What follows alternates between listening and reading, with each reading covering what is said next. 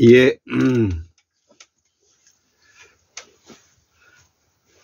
2023년 12월 31일, 음력으로는 11월 19일이 되겠습니다. 올해도 2023년 토끼띠의 해가 이제 저물고 이제 이 용띠의 해가 이제 2024년도가 이제 내일이면 시작되는 것입니다. 그래서 우리가 어저께는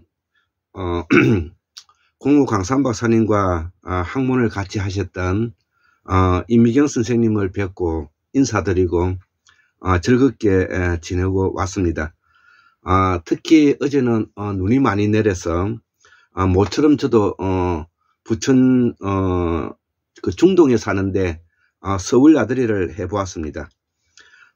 대구에 있는 수원계 박민우 선생님, 그리고 구리에서 또 공부를 많이 하고 계시는 유엔 선생님과 이렇게 만나서 이야기를 나누었는데요.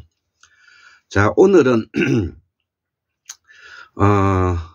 2023년도 12월 31일 말일이고 하니까 오늘은 2023년도 그 환국문명사 특집 1강, 2강 이렇게 나누어서 한번 해보고 싶습니다. 한국 통일연방모형 57번째 2023년도 한국문명 특집 첫 번째 강의인데요.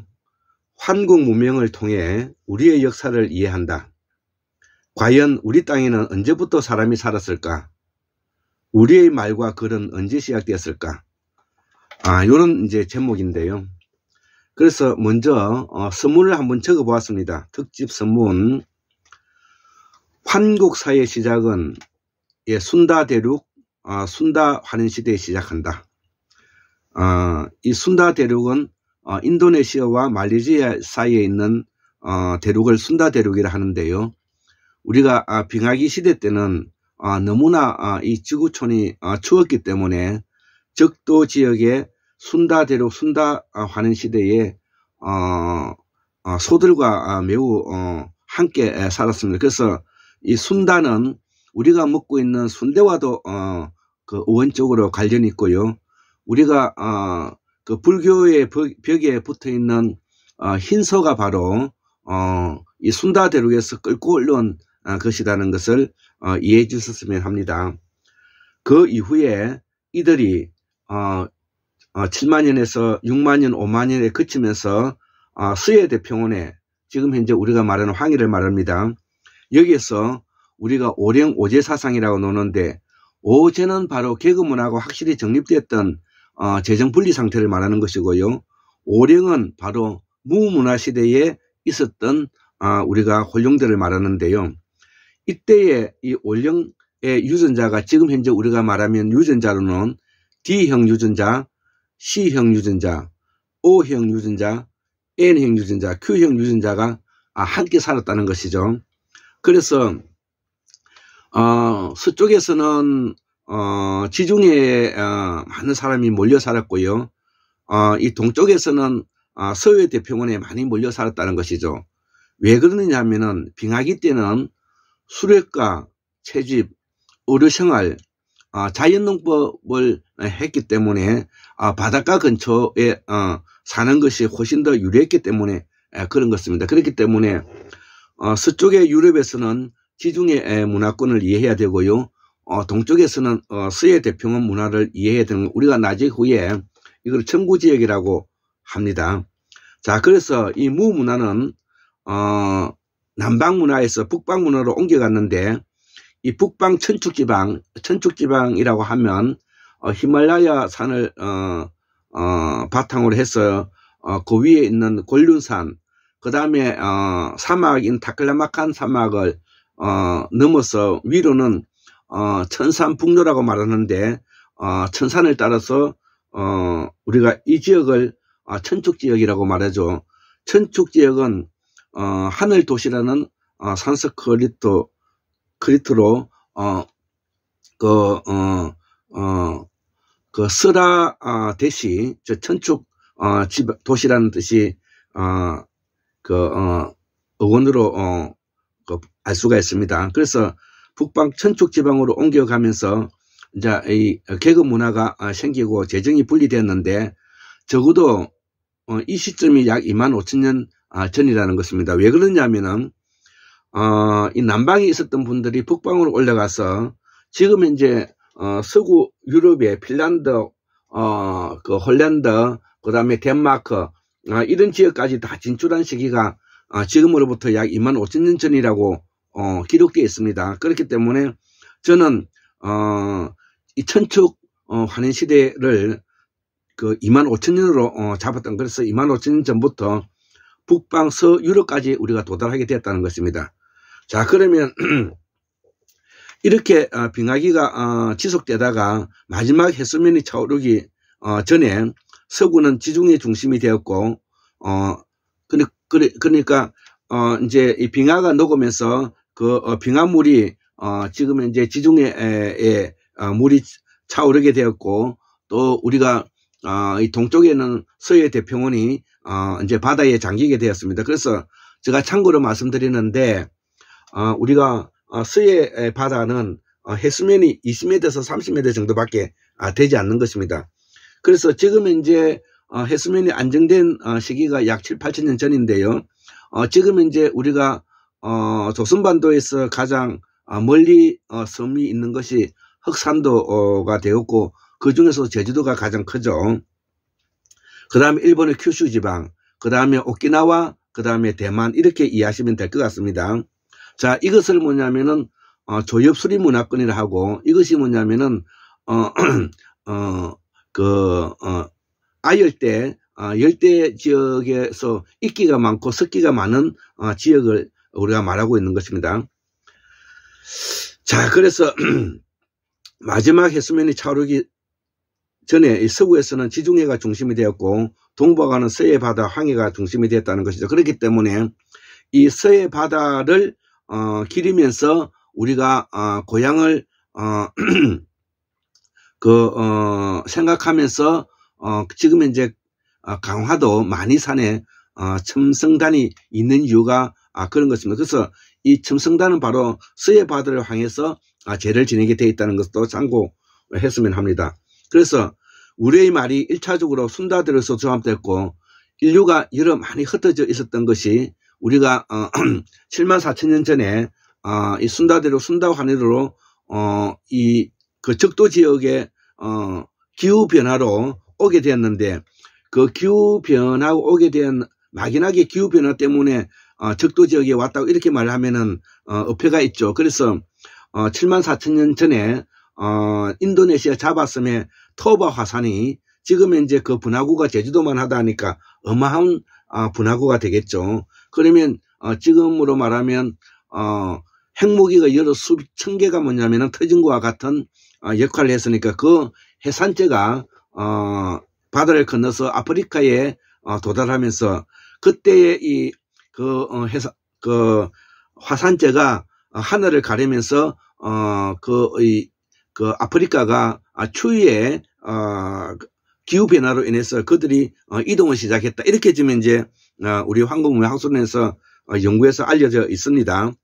자, 그래서 74,000년 전부터 우리 순다대로 순다환해 시대 때 여기에 이제 사람들이 모이게 되면서 그동안에 오랜 시간 동안에 시각적 은에서 언어적 사고를 해왔던 한 3만 년의 시간을 거치면서 언어가 조합됐는데, 이것이 바로 모태 우리가 쓰고 있는 말이 되는 것입니다. 그래서 지금 현재 우리가 쓰고 있는 말이 가장 뿌리가 깊은데, 이때 우리의 말의 뿌리를 뭐냐면 찾을 수가 있고, 그 흔적을 지금 이제 우리가 더듬어 볼 수가 있다는 것이죠. 그것이 바로 공호 강산 박사님께서 이 연구하시는 이 부모 대사전에 그 언어의 에티몰리지가 남아 있는 것입니다. 자, 그래서 순다대로서 순다환해에서 언어가 1차적으로 종합되었고, 그러면서 6만 년, 5만 년, 3만 년, 4만 년, 3만 년에 걸쳐서 끊임없이 뭐냐면은 인류가 동서남북으로 이동해 가서 남쪽으로는 오스트레일리아에 도달하고 동쪽으로는 메가 그 마야 시키면 아메리카 지금 현재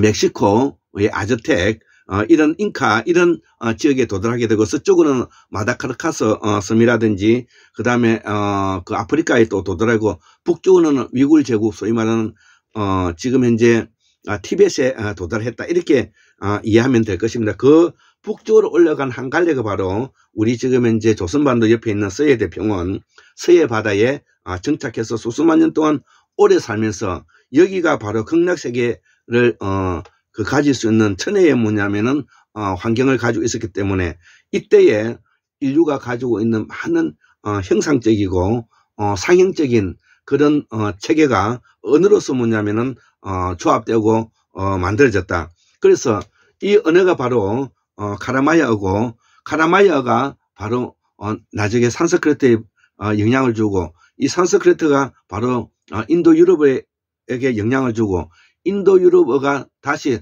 동서어원의 뿌리가 된다. 이렇게 뭐냐면은 우리가 알고 있으면 될 것 같습니다. 자, 그래서 태고사의 문명기가 약 3만 년을 거치면서 이제 보살사상이 나타났는데 우리가 고대사, 상고사, 태고사를 이야기할 때 태고사는 어느 시점을 말하고 상고사는 어느 시점을 말하고 고대사는 어느 시점을 말하는가? 한국문명학술원에 의하면 우리의 태고사의 문명기는 지금으로부터 7만 년 전에서부터 10만 년 전 사이에 있는 3만 년을 태고사의 문명기라고 말하고 이때 언어적 사고를 시작해서 인류가 처음으로 이성적이고 합리적인 사유를 할 수 있는 틀을 만들었다. 이때 가지고 있는 이 사상이 바로 뭐냐? 보리살타, 보디사트바, 즉 보살사상이라고 말했고 보살사상은 그 생명이 가지고 있는 본성이라든지 본질이라든지 본성을 원래 타고난 그대로 뭐냐면은 내버려둬야 된다. 그래서 우리는 자연을 훼손해서는 안 되고 생명체를 훼손해서는 아니 된다는 것이 바로 이런 이야기를 하고 있는 것입니다. 자, 그래서 지금으로부터 10만 년 전에서 언어적 사고를 시작해서 3만 년이 지나는 이 7만 년 전까지를 우리가 태고사의 문명이라 말하고 7만 년에서부터 우리가 마지막 빙하기가 끝나는 시점 까지를 뭐냐면은 우리가 상고사라고 말하는데 이 상고사의 시기를 우리는 세 단계에 나눠서 말을 하고 있다는 것이죠. 상고사를 7만 5천 년 전부터 2만 5천 년까지 2만 5천 년까지를 상고사 1기라고 말하고 이때는 서해대평원에서 많이 살았고 지중해에서 많이 살았던 것이고요. 그 다음에 상고사 2기는 우리가 빙하가 가장 춥기 시작하는 데가 지금으로부터 3만 년 전에서 1만 7천 년 사이에 그 빙하기가 아주 차가운 빙하기가 한 3번에 걸쳐서 왔는데 이때 시기를 뭐냐면 1만 7천 년에 걸쳐서는 이 시기를 뭐냐면은 이때 대거 인류가 이동을 시작을 많이 했다는 것이죠. 그래서 이때를 뭐냐면은 상고사 2기라고 말을 하고 마지막 빙하기가 가장 추웠던 빙하기의 폐렴기라고 하는데 이 폐렴기에서 마지막 빙하기가 끝나고 해수면이 차오르는 이제 이 시기에 를 우리가 뭐냐면은 상고사 2기라고 말하고 마지막 빙하기에서 우리가 북방에 수로를 이용한 농업이라든지 구리가 발견되고 있는 문명 사이로 들어가는 이 시기를 우리가 방고하는 시기라고 하는데 이 방고하는 시기를 약 3,000년 동안을 뭐냐면은 우리가 광명의 시대라고 말하고 우리가 말하는 이 광명 환이라든지 한이라든지 조선이라든지 이것이 바로 광명의 시대를 열었던 시대로서 이것이 바로 뭐냐면 방고하는 시대 때 우리가 광명 이시와 관계되고 그 전에 상고사 2기, 1기 이런 시기를 뭐냐면 우리가 보살사상과 더불어서 홍익인간 그리고 이 수로를 이용한 자연농법과 구리를 이용하는 문명을 바탕으로 해서 계급 문화가 정착되고 배달한움과 단군 천재 시대에 오면서 우리는 제세이화라는 정치 통치 체제를 완벽하게 이제 갖춰 나가기 시작했다. 자, 그래서 이때부터는 바로 지금으로부터 약 한 8, 9천 년 전부터는 바로 우리가 고대세가 시작된다. 이렇게 이제 이해하면 될 것 같습니다. 이것이 바로 기존에 있는 우리 지금 현재 그 역사관하고는 조금 차이가 있고요. 또 그동안에는 우리가 지난 7, 8천 년 전에서부터 우리가 1910년 1911년 신해혁명, 중국은 1911년 신해혁명이죠. 이때까지가 전제 왕권국가를 가지고 있었기 때문에 통치자가 따로 있고 밑에 피지배 계층이 따로 있는 계급 문화였다는 것이죠. 그런데 우리가 1910년, 1911년을 거치면서 이제는 민주공화정이 되었기 때문에 우리가 그동안에 분화되어서 권력자와 그 다음에 그 문자 권력이 그 권력을 향유하고 그들이 양반을 하고 있었던 것이 이제는 민주공화정으로 넘어왔기 때문에 이런 우리가 생각과 사고에서도 벗어나야 된다. 자, 그렇기 때문에 우리가 무문화에서 성과 속으로 구분되는데 과거에는 성이 더 옳고 속은 부족하다. 성은 문자 계급을 말하고 속은 뭐냐면은 피지배 계급을 말한다. 이런 계급에서 벗어나야 되는 것입니다. 그렇기 때문에 이제 민주공화정에 온 것은 성과 속이 서로 분리될 수가 없고 성과 속이 뭐냐면은 다르지 않기 때문에 우리는 함께 공부를 해야 되는 것입니다. 자, 그래서 제가 기존에 이렇게 책을 많이 가지고 있는 내용 중에서도 특히 오늘 좀 이렇게 소개시키고자 하는 것은 저기 보면은 무와 중국 문학이라든지 그 다음에 한국 무교 역사와 구조 유동식 선생님이 쓴 거라든지 한국 무속사상연구 김인혜 선생님이라든지 그뿐만 아니라 제가 무에 관련된 많은 책을 사서 공부하고 있는데 이 무가 바로 뭐냐면은 기본적으로 속과 관계되는 것이고요. 이제 이후에 천축지방에 올라가서 우리가 북방 문화를 가지고 있는 것이 이게 이제 샤머니즘의 세계, 그 다음에 박용석 선생님의 샤먼 문명, 사면저구 이런 것들이 바로 뭐냐면은 북방 천축지방에서 가지고 그렇기 때문에 이 북방 천축지방에서는 재정이 분리되고 강신무가 중심이 되고요. 그 전에는 바로 뭐냐면은 이 세습무가 중심이 되는 이유가 그래서 그런 것입니다. 그래서 강신무와 세습무가 다른 얻은 것이 더 옳고 더 낫다 이런 것은 이제 중요하지가 않게 된 것입니다. 그래서 이제는 우리가 학문을 성과 속을 구분은 하되 성과 속이 가지고 있는 장단점을 가지고 우리의 한국사 문화를 만들어 가야 된다는 것이 이것이 제가 연구하고 있는 틀이라는 것이죠. 자, 그래서 이 보사사상은 인류가 처음으로 시각적 사회에서 언어적 사고로 전환되는 시점이고 태양신 숭배, 인신공양, 동물의 희생 이런 제물을 거쳐서 인류가 인식자격을 만들어냈다는 것이죠. 그래서 과거에 태양 숭배를 하면서 인신공양, 동물 희생을 극대화하면서 부터 인간이 언어적 사고를 가지고 있으면서 자기 인식, 자기 추론, 자기 비판, 자기 합리적 사고가 가능하게 됐다는 것이죠. 이것이 바로 데카르트가 말하는 자기 인식을 말하는 것이고 그 다음에 칸트가 말하는 순수이성을 말하는 것이고 그 다음에 에드먼트 후설이 말하는 자기 의식을 말하는 것입니다.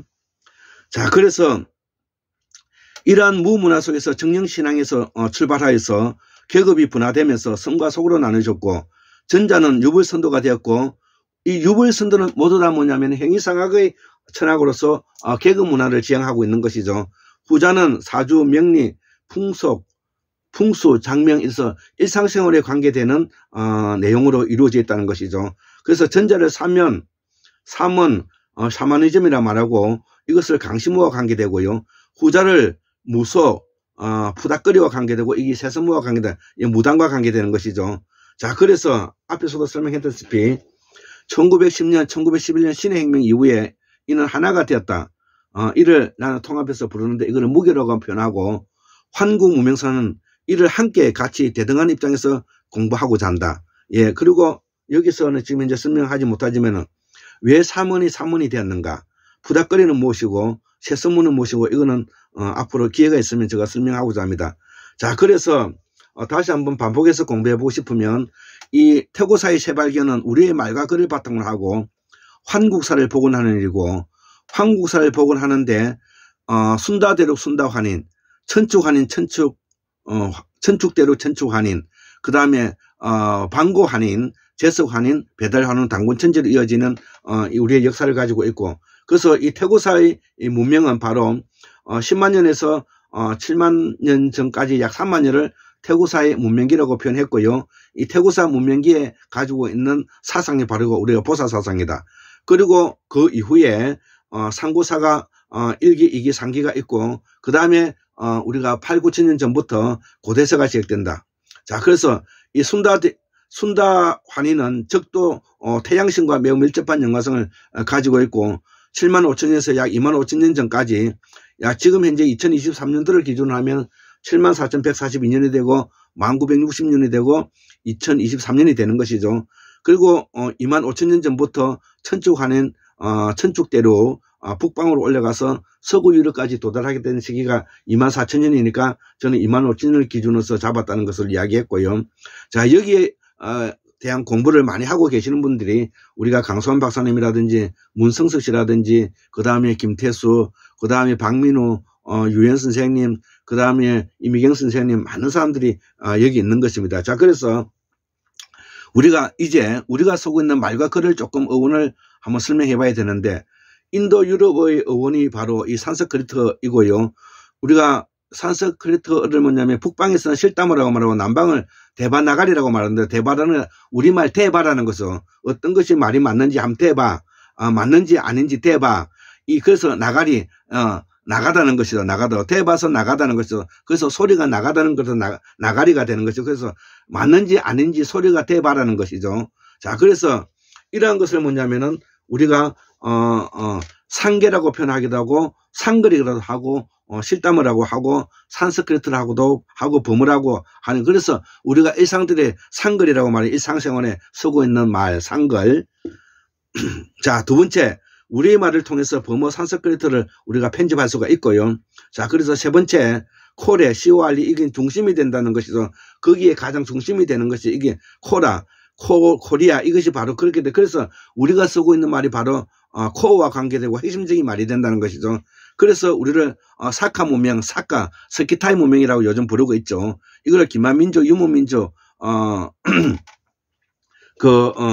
궁수를 말하는 것은 아닌 것입니다. 기만민족, 유목민족, 궁수를 우리가 말하는 것은 아니고요. 우리가 사카 문명은 바로 제석환인, 사카 문명, 스키타이 문명 이런 것들을 말하는데, 이것을 단순히 기만민족, 유목민족, 궁수로만 표현할 수가 없다는 것입니다. 그래서 최근래에 우리가 스키타이 문명, 스키타이 이런 이름을 많이 쓰는데, 이것이 바로 페르시아 문명을 말하는 것이고요. 이 스키타이가 주축이 바로 이 아리안들을 말하는 것인데, 이 메네스 뭐냐면 제국을 말하는 것입니다. 이것이 지금 이제 이란 고원에 시작해서 고조선은 바로 스키타이 환인과 매우 밀접한 연관성을 가지고 있고, 이 스키타이들이 유라시아를 따라서 동서남북으로 오고 가면서 원주민과 섞인 사람들이 바로 뭐냐면은 우리가 고대사의 훌륭한 사람들이 바로 그런 태호복기스라든지 그 다음에 염제신동씨라든지 황제헌은, 소금천씨, 요순, 탕임금, 기타 단군 모두 다 이 사람들이 스키타이 인으로서 뭐냐면 그 아리안들로서 사카족으로서 우리 이 본토백이 사람들하고 섞인 티기들이다. 이렇게 이해하시면 되겠습니다. 다섯 번째, 여기에 대한 논문이 우리가 그 연구자로서 박병섭 논문이 있고요. 고조선과 스키타이에 대한 문화에 잘 나타나 있다는 것이죠. 한번 참조해 보시면 좋겠고요. 다섯 번째, 유러시아 일대 문명을 우리가 아시리아, 메소포타미아, 페르시아 문명, 제국 아케메데스 문명과 관계됐다는 것이죠. 그렇기 때문에 이 박영숙 선생님께서는 사먼의 제국, 사먼의 문명이 바로 지중해, 흑해, 그 다음에 에서 시작되었다. 이것을 뭐냐면은 설명하고 있는 것이고, 여기에 대해서는 상당한 일리성을 가지고 있다는 것. 이 이야기가 바로 태고사, 상고사 1, 2, 3기를 거쳐서 고대사 오면 지중해 문명과 당군, 그 다음 페르시아 문명, 샤먼 제국, 사문 문명과 관계되고요. 우리가 앞에서 7만 년 전에서 10만 년 사이에 있었던 3만 년 사이를 우리가 태고사의 문명기라 표현하고 보사사상이라 말한다. 상고사 1기는 뭐냐면 순다대륙, 상고사 2기는 서해대평원, 시대를 말하고 상고사 4기는 광명문명 방고하는 시대를 말한다는 것이고요. 그 다음에 제석환인 시대에 들어오면서 우리는 바로 고대사로 들어온다. 이렇게 알고 계십니다. 여섯 번째, 고대 그 아르메니아어를 이 헤로도토스가 역사학자가 기록한 바가 있고요. 고대 아르메니아어. 그 다음에 이 스키타이, 스키템 히브리어도 여와 관계가 있고요. 샤카, 스카, 스키타이 이게 다 같은 이 불과 관계되는 것이고 석가 문명사에서도 다 관계되는 것이고요. 그래서 이 사면 제국인 9번째 사면 제국은 그 다음에 박용수 선생님, 사면 문명의 박용수 선생님, 백자천문의 조옥구 선생님, 백자천문 조옥구 선생님 이런 거를 참조해 보면 되겠고, 10번째 역사의 흔적과 말, 스키타이 이 아르메네스는 바로 페르시아 브라만과 관계되고 브라만 바람과 관계고 바람은 바로 호흡과 관계고 호흡은 생명사상과 관계된다는 것을 제가 말해왔고요. 11번째 태양, 해, 이거를 우리가 날일자로 이야기하고 해일자로 바로 날일자로 표현하는 것이 해일자로도 해도 맞는 말입니다. 그래서 이걸 태양을 말하는 것이고, 그래서 이 태양은 바로 역사, 주인, 환하게 나타난다는 것이죠. 자, 그래서 이것이 뭐냐면은 날일, 해일, 알과 시 근본 중심이 되는 것이고, 이 조옥구 선생님이 백자천문에서 잘 설명하고 있는데, 저는 이 날일, 해일, 알과 시 근본 중심, 이것이 바로 보사사상이다. 보사사상은 산스크리트 보디사토보와 관계된다. 이것을 뭐냐면 엄차하면은 보리살타가 되고 보리살타를 줄여서 보사사상이 된다. 자, 그래서 이러한 것들이 바로 우리가 불과 우주의 몸과 관계되어서 둘러싸여 있는 불에 둘러싸여 있는 이 몸, 그 다음에 우주, 이런 것들이 바로 백자천문에 나와 있는 이야기인데요. 그래서 사이라는 것은 집어넣는다는 것은 내보낸다는 뜻이 들어있다는 것이죠. 그래서 이 타양신과 보사선은 큰 의미가 있다는 것이죠. 그래서 남반구에부터 태양신앙과 아까 동물희생, 인신공략과 관계도 밀접한 연관성을 가지고 있다. 14번째 우주는 몸체를 말하고 천체, 몸은 몸체를 말하는데 아까 체는 인식이 작용 심망이라 말하고 몸과 체는 하나이다. 그 다음에 집우 이 말도 바로 뭐냐면 집체를 말하고 몸체를 말하는 것이다. 15번째 인간은 작동하는 광물이고 우리의 몸은 과학화되어 있는데 과학자들이 말하기를 우리는 작동하는 광물이고 우리 몸은 우리 구성 원자가 된다는 것이죠. 16번째 태양은 양수를 말하는 것이고 양은 우리가 변양이라든지 우리가 그 양자도 뭐냐면은 이 태양과 밀접한 연관성을 가지고 있다는 것이고, 우리가 이 땅속의 물도 뭐냐면 99.9%가 땅속의 물이 있고 우리가 들여다 있는 것은 0.01%밖에 되지 않는다는 것입니다. 자, 그래서 18번째 불은 불과 다 같은 근본적인 관계를 이야기하고 있는데 이것의 뿌리 사상이 근본 사상이라고 했죠. 자, 그래서 우리가 이 근본 사상은 보사 사상이고 이 보사 사상이 바로 기본적으로 그 기와도 관계되고 풀과도 관계되고 뿌리와도 관계된다.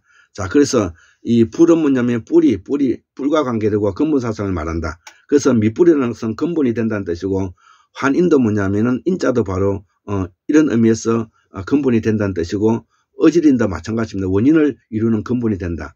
그 다음에 이거를 뭐냐 인디라라고 그러죠. 우리가 붐으로써 불인디라라고 그러죠.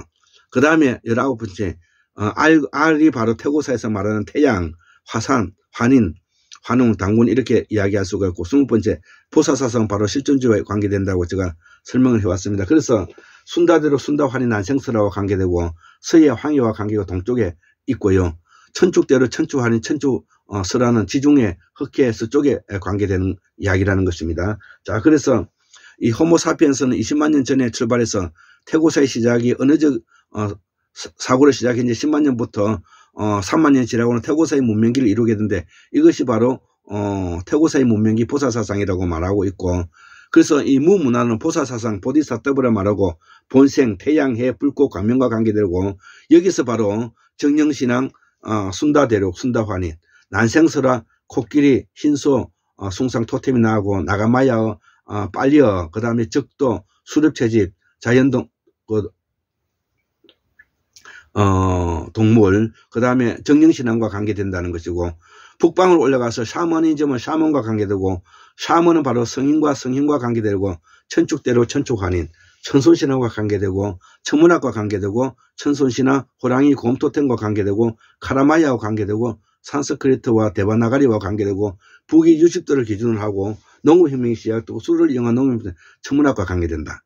자, 그래서 이러한 수렵채집은 자연농법을 바탕을 하고, 정령신은 보사사상, 이것이 바로 유교사상과 관계되고, 농업, 농법으로서 천문학, 샤먼과 이것이 불교사상과 밀접한 연관성을 가지고 있다는 것이죠. 자, 그래서 이 보사사상은 소승불과 밀접한 연관성을 가지고 있고, 샤머니즘은 이것은 뭐냐면은 대성불과 밀접한 연관성을 가지고 있다 이거죠. 이것이 바로 우리가 기본적으로 알아야 될 부분이 있는 것이고요. 자, 그래서 이런 것이 바로 중원에서 우리가 말하는 중국에서 일어난 일이고, 지금 이제 중화인민공화국이라든지 중화민국, 지금 대만은 여기서 말하는 중국이라든지 중원과는 아무 관계가 없다는 것입니다. 그래서 우리의 조상들은 바로 중국과 중원에서 바로 중심에서 우리가 임금이 중심이 돼서 살고 있는 것을 직현이라고 말하고, 그 다음에 제후들이 살고 있는 것을 경이라 해서 우리가 뭐냐면 경기가 되는 것입니다.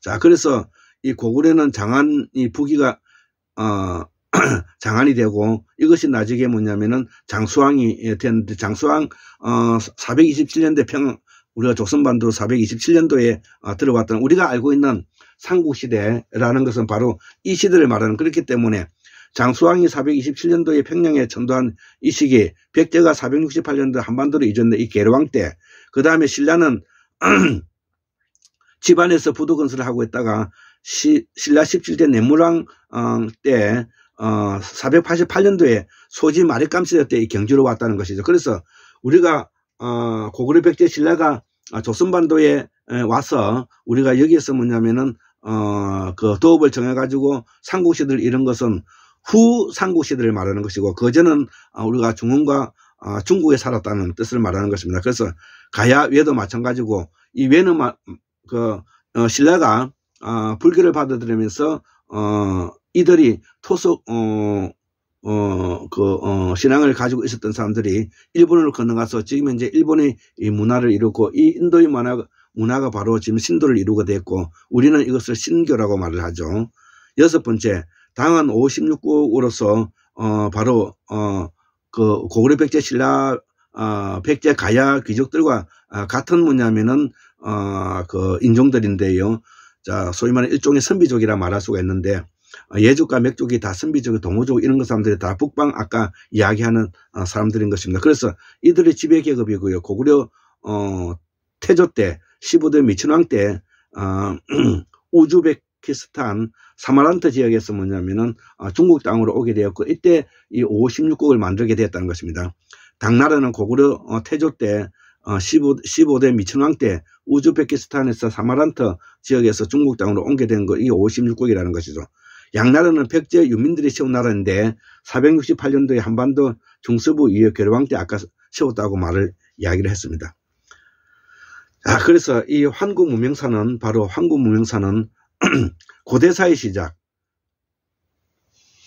바로 지금으로부터 이제 8, 9천 년 전을 이야기하는데, 서쪽에서 동진한 관계와 관계되고, 헤로도토스, 그 다음에 동이종교, 서예 대표과 밀접한 연관성을 가지고 있다는 것이죠.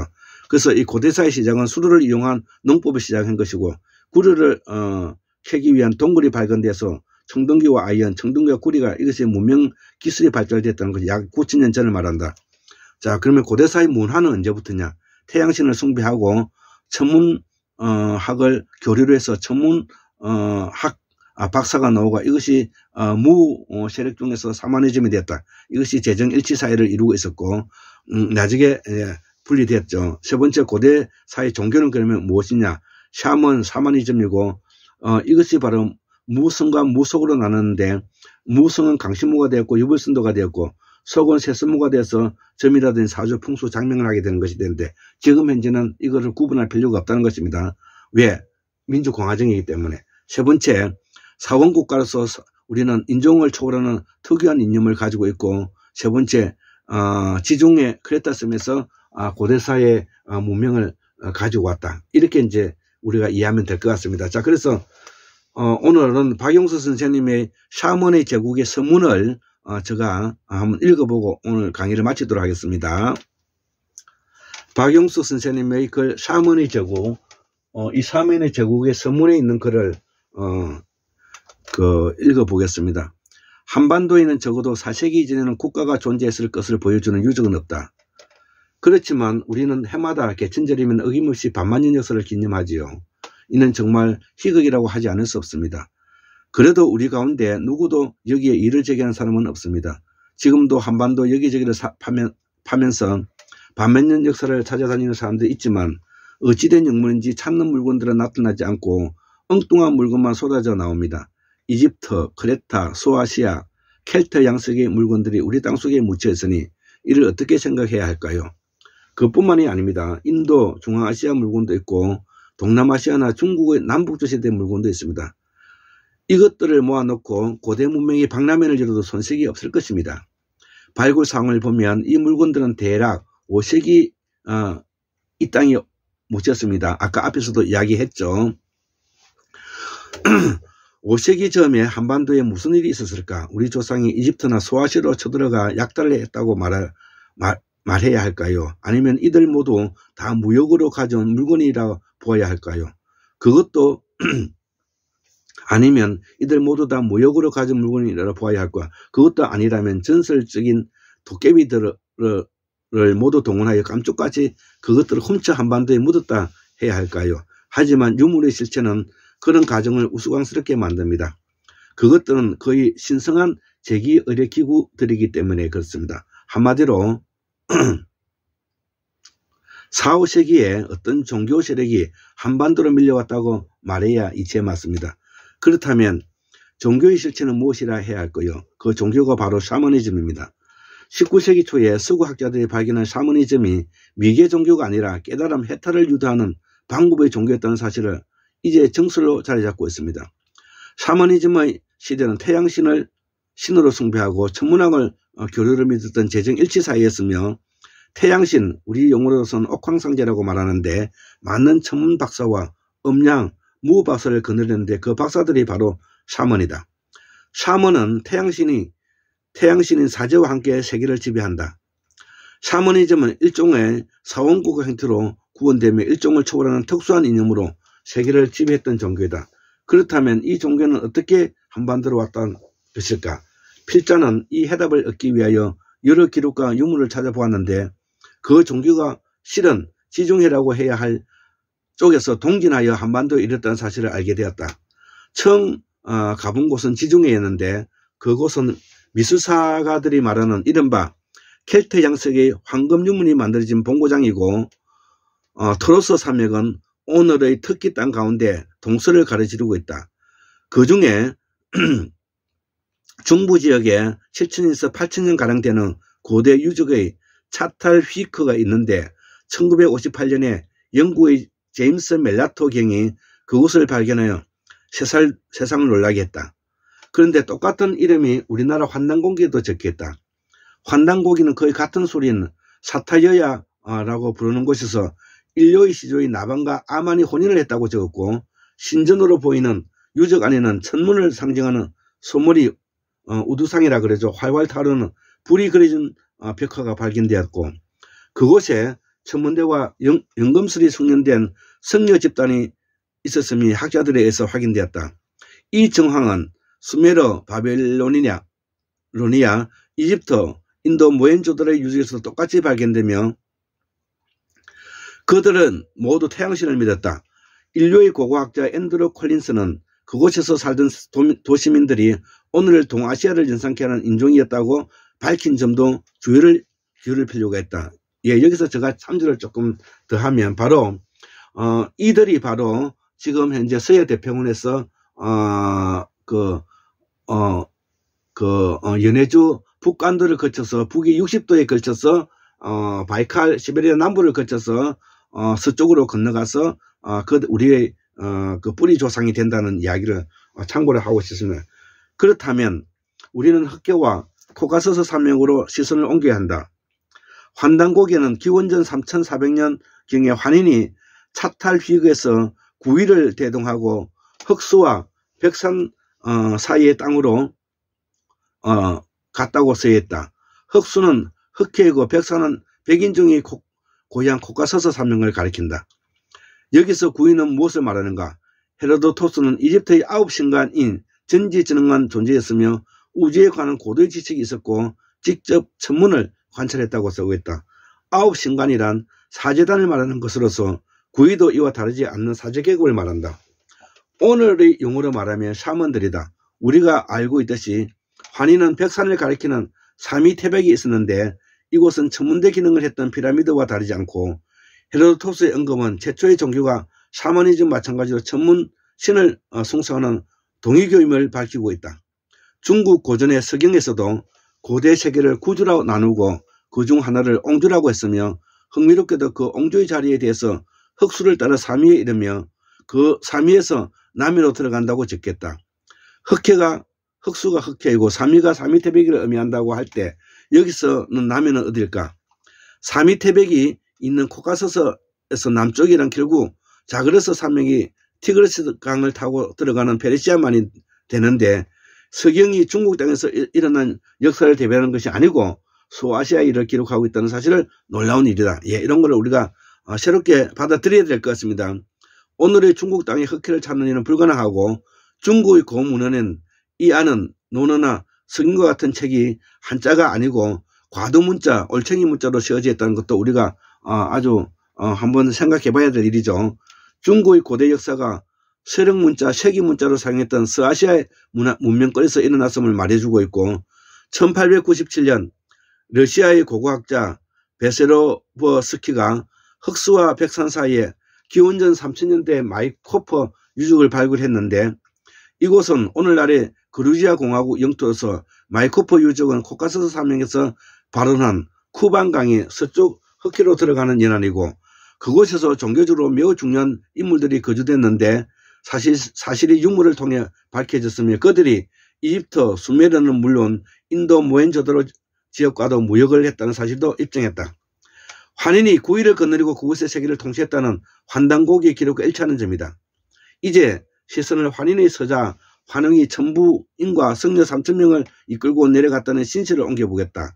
그곳은 오늘날의 시리아의 중심부 알레포에서 서남쪽으로 약 55km 지점의 고대 유적 이브라인데 이 거대한 접시를 엎어놓은 모양의 이 유적은 1964년 이탈리아 파올로 마티에가 발굴하였고 그곳이 기원전 3000년경의 고대 도시 델 마르투코 신전 터였음이 확인됐다. 중심부에는 아크로폴리스가 있고 그곳에 수많은 수도승이 거주했으며 신시라는 기록이 우연히 나온 것이 아니다. 게다가 마르투코의 뜻이 지팡이 낙과 같은 의미를 담고 있는데 역시 환웅의 천부인과 대응이 되고 성서는 이 낫을 가리켜 만국을 지배하는 새 지팡이가 되었다고 말하고 있고 유적에 발굴된 점토판은 마르두코 신이 수메르 문명시대의 영웅 사르곤이라고 말하고 있다. 따라서 이 사르곤이 이 수메르 지역을 통일한 사람을 말하는 것입니다. 따라서 환웅이 곧 사르곤이고 그렇다면 환웅과 웅녀 사이에 태어난 왕금의 역사도 그곳에서 펼쳐졌음을 우리가 알 수가 있다는 것이죠. 자, 그래서 왕금은 신실을 버리고 강화의 만인산으로 들어갔는데 환단고기의 고조 성기는 이곳을 아사드리고 적어서 요긴한 정보를 당겨주었다.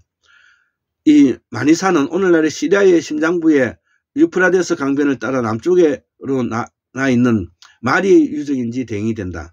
강하가 유프라데스 강이고 마리임은 단번에 알아챌 수가 있겠지만 마리 유적지는 이슈타르 여신상의 터가 아주 남아 있으며 이 여신의 이름은 아스타르테라고 불렸다.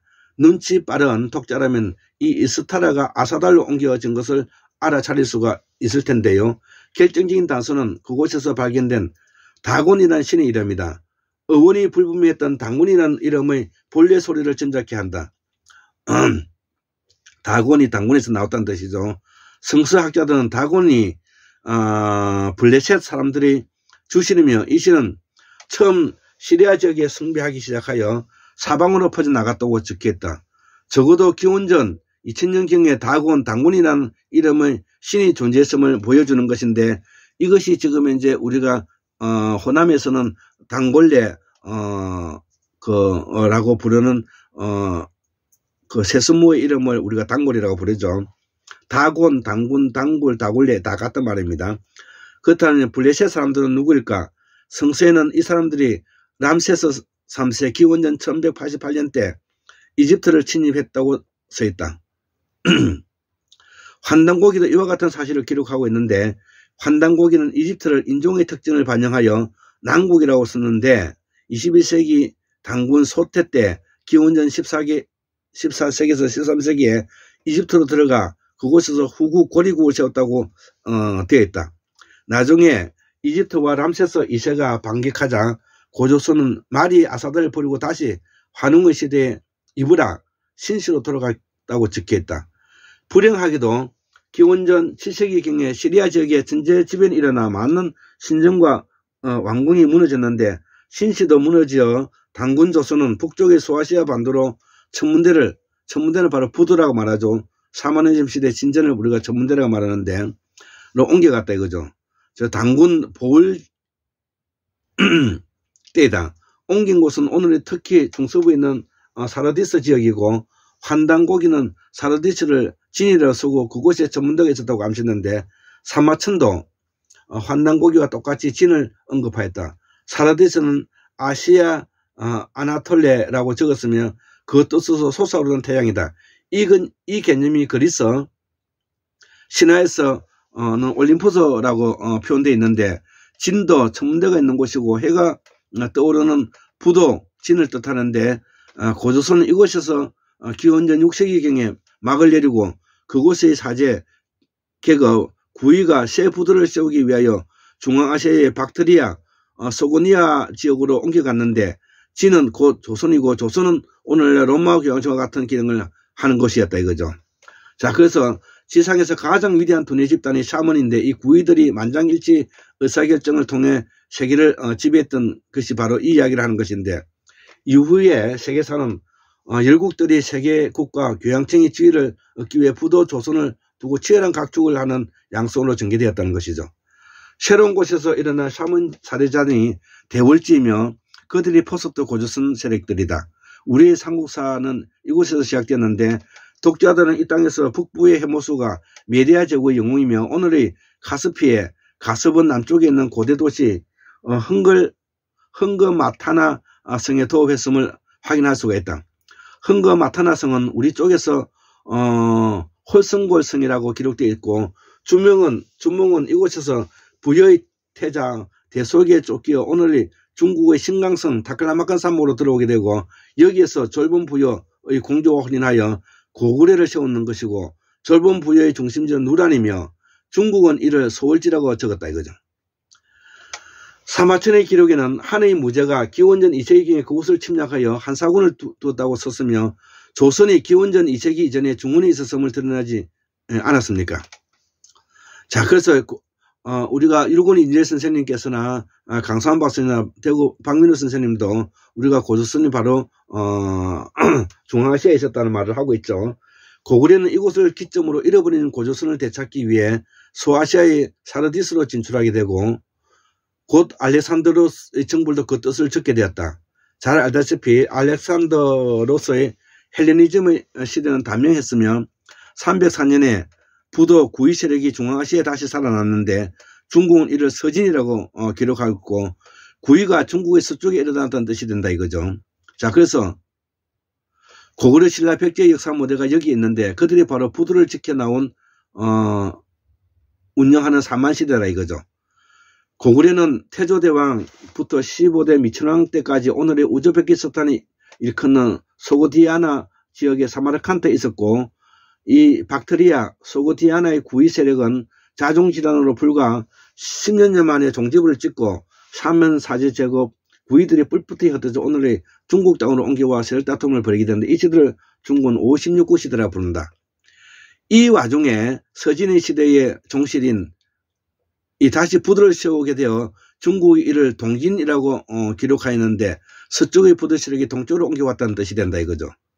서진, 동진 바로 그런 뜻입니다. 이 진은 대개 남경 일대의 사천성의 성도와 섬서성의 장안, 그리고 산동의 광고로 옮겨 다녔는데, 이 진이 다름 아닌 신라 백제 고구려 사만 기능을 대표하는 주체인데, 이것은 율군 이준재 선생님의 생각과 똑같습니다. 자, 그래서 처음 이 진의 세력은 감수성, 섬서성의 동쪽에서 청에 이르는 오아시스 일대에서 근거를 두고 전개됐는데, 이렇게 말하면 누구나 당황하겠지만 이곳이 중국의 고유 영토는 고정관념 때문이다. 하지나 중국이 중국 사회의 실체라고 말하는 한나라 후한은 이미 기원전 3세기 중반에 지도상에 사라져버린 상황이고, 그러니 그 빈대에서 우리의 고대사를 말하는 진의 역사가 전개된다고 해도 하등 이상할 것이 없다는 것이죠. 동진도 오래가지 못했는데 이미 사원국가 형태의 통치 방식 샤머니즘은 식상해졌고, 과거로 불교는 새로운 종교가 이제 밀려 들어오게 됐는데, 사제계급의 대리자였던 고구려는 이때 장안을 근거로 도낭에 군사기지를 두고 있었는데, 북위가 동진을 대신하여 세계국가 천하국지를 얻게 되자 고구려의 장수한 427년 한반도로 그 근거지를 옮기게 되었다 이거죠. 그런가 하면 양자강 하류 지역의 남경에서 양나라를 세웠던 백제 세력의 많은 유민들은 그곳에 남겨두고 468년 한반도로 중섭으로 건너오게 됐다. 이 일은 삼국사기 백제 계류왕 기사에서 노가 있고, 계류왕이 등극에다가 나라를 세웠다고 섬으로써 사실상 말뚝을 박아놓은 상이 되었다 이죠. 거기라는 말은 지자기의 개념으로 일반적으로 천축이라고 쓰는데, 중원에서 볼 때 동군 한반도임이 분명하고, 신라는 이보다 앞서서 350년경에 지바현에 나타나 그곳에서 부두를 건설하였다. 우리가 알고 있는 지바현의 태왕릉은 그 일대의 고분군들이 신라의 부두인 것이다. 중국인이 지반을 태양, 부두를 의미하는 진과 비슷한 소리로 지안이라고 발음하는 것도 이를 뒷받침하는데, 이 중국식 표기 지안이 동일을 가리키는데 이게 진이 되었고, 뒤에 발해가 이를 국호로 삼았다 이거죠. 집안의 부두를 건설했던 인물은 신라 17대 뇌물 이사금 때이고, 당시 실세는 그의 부친 말구각간이었다고 추정된다 이거죠. 그는 서진이 망하자 환웅이 그랬던 것처럼 중앙아시아에서 기술자 집단을 건너리고 이동하여 집안의 부두를 세웠는데, 각간에서 각은 소뿔을 마르고 칸은 흉노의 사제를 맡은 칸이 된다 이거. 신라가 사모니즘 시대의 세계국가를 상징하는 부두를 세우자 고구려는 이를 그대로 방관하지 않았는데, 469년에 장수왕 인만 말갈병을 건너리고 신라의 실직주를 공격하여 점령하였는데, 김부승은 그것을 소머리 주 우수주라고 써야 함에도 조선의 역사를 숨기기 위해 이를 불교 용어인 실직이라고 쓰고, 그 위치도 지금의 삼척에다 옮겨 놓았다. 신라가 한반도의 붙박이 나라임을 굳히기 위해서인데, 실직은 산스크리트로 실지 옮긴 글자로 보통 실지라고 그 번역되는데, 브라만 성녀의 수도장을 이끄는 말이다 이거죠.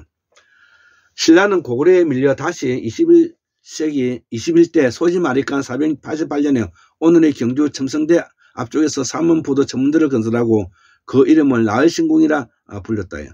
나을은 날일자를 뜻하고 태양을 뜻하고, 이 신궁이 태양신을 모시는 신전이 되었는데, 법흥왕, 진흥왕의 이후 부도 삼원 세력이 불교 세력에 져서 그 잔존 세력이 바다를 건너 일본으로 가게 됐다는 것은 더 많을 나위가 없다. 그래서 그 일본 세력이 지금 현재 우리의 전통 신앙인 신교의 뿌리 있는 신도의 사상을 그대로 가지고 있는 이유가 그런 것입니다. 이 책에서 논정의 실감을 더하기 위해 서술 순서를 거꾸로 해서 먼저 한반도에서 출발하여 지중해로 거슬러 올라가는 방식을 선택했다. 이 점을 참고해 주시고 이 고대사 여행을 한번 우리가 떠나보았다는 것이죠. 이야, 할 일이 많습니다. 자, 마지막. 그래서 서해대평원 문명과 무격, 무당은 순다대륙 상고사 2기에 속하는 천축지역에 자리 잡게 되었고, 서해대평원 문명은 순다대륙 순다환인의 영향이 있는 것으로 보는 것이 맞고, 자, 그래서 수렵채집으로 자연농법이 중심이 되는 시족 집단이기 때문에 그렇고, 생활문화는 당연히 무문화이고, 이때는 시족 공동체 사이인 것이고, 이 영향이 동남아시아와 서해대평원 항해 문명과 보살사상, 태우사의 문명기를 여전히 우리 조상의 인식체계라는 것이죠. 그래서 유라시아 문명과 사마니즘, 상고사 2기의 천축, 그 대륙에 천축하는 시대 연해주 북간도 북위 60도에 걸쳐 있는 툰투라 지역은 사냥의 밀접한 연관성인데 이들이 서구 유럽까지 도달하게 되었다. 그것이 언제냐? 25,000년 전이다 이거죠. 이 수렵 채집으로 자연농법에서 고단백질을 공급받기 위해서 다량의 고기가 필요한 사냥과 관계하여 천문학이 발달하게 되었고, 북두칠성과 금성이 대두되었는데 무격, 무당이 북방 사머니즘 사냥과 관련이 매우 크다는 것이죠.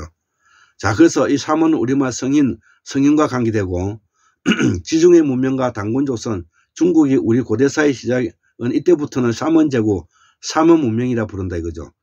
엘리아드의 연구에 의하면 샤머니즘, 사먼의 역사는 5만 년서 사먼의 역사를 가리키는데, 이때에 지동설을 믿었고, 비너스상, 금성이 사계절과 농사관장, 용은 태양을 도는 지구와 궤도, 라코스 동굴의 수소 그림은 사냥과 천문학으로 세계를 지배한 문명, 아리랑, 우두머리, 탈란다, 부모인 사먼 시대의 언어로서 농자 천하지 대부분의 농사는 바로 사람 농사를 말하는 것이다.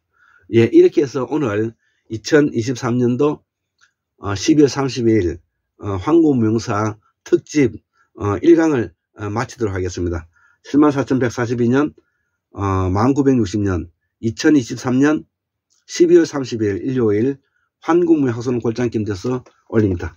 예, 감사합니다.